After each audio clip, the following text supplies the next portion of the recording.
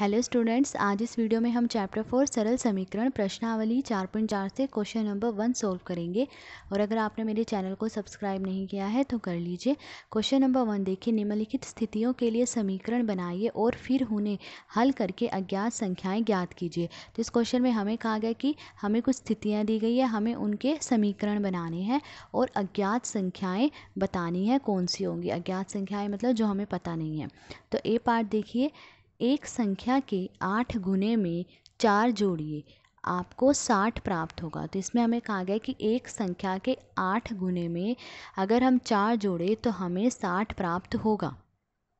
तो देखिए, इसमें हमें पता नहीं है कि किस संख्या की बात हो रही है, तो हम मान लेंगे कि वो संख्या क्या है, x है। तो देखिए, माना संख्या क्या है, x है। अब देखिए, प्रश्नानुसार मतलब प्रश्न के अनुसार, प्रश्न में क्या दिया गया है कि संख्या के 8 गुने में 4 जोड़िए। अब हमने संख्या क्या मानी है, x। तो संख्या मतलब x का 8 गुना, x का 8 गुना क्या होगा, 8x। संख्या के 8 गुने में 4 जोड़िए। अब इसमें हमें क्या जोड़ना है, 4, तो मतलब +4। तो आपको 60 प्राप्त होगा। तो क्या प्राप्त होगा, बराबर 60 प्राप्त होगा। ठीक है, तो ये अब एक समीकरण बन गया है। अब उन्होंने कहा था इसे हल करके अज्ञात संख्याएं निकालिए। अज्ञात संख्याएं मतलब x का मान निकालना है, क्या होगा।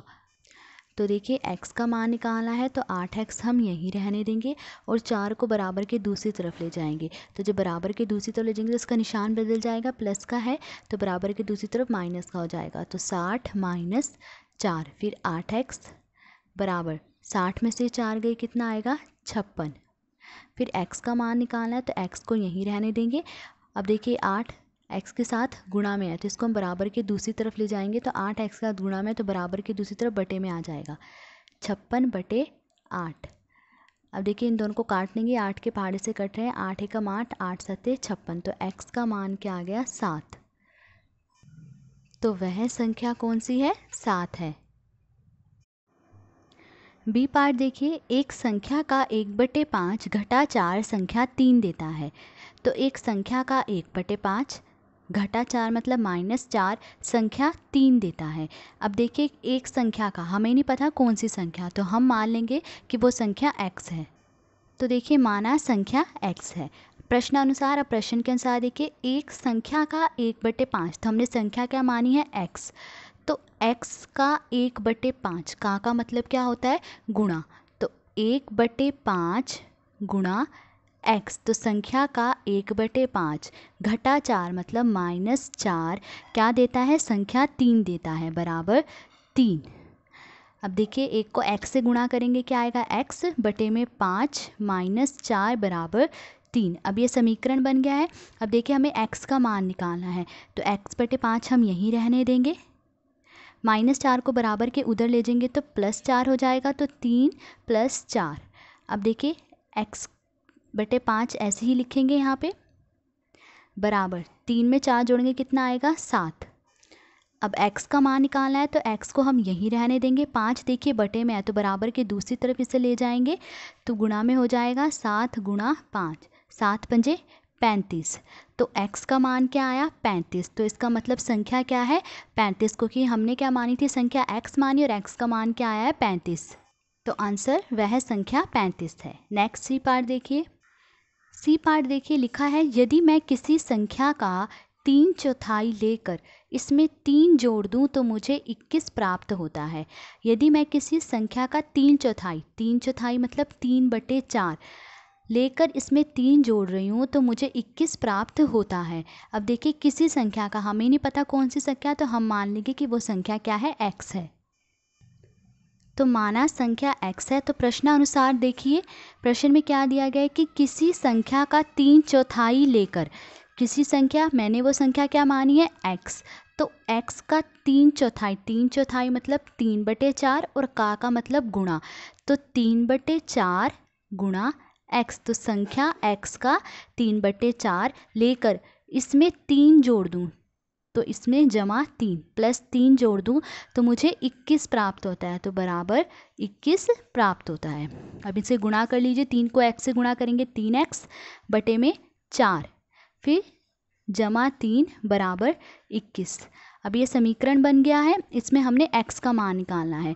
तो x का मान निकालना है तो 3x/4 को हम यहीं रहने देंगे और 3 को हम बराबर के दूसरी तरफ ले जाएंगे। देखिए प्लस का है तो बराबर के दूसरी तरफ जाके माइनस का, तो 21 - 3, फिर 3x/4 बराबर 21 में से 3 गई, कितना आएगा 18।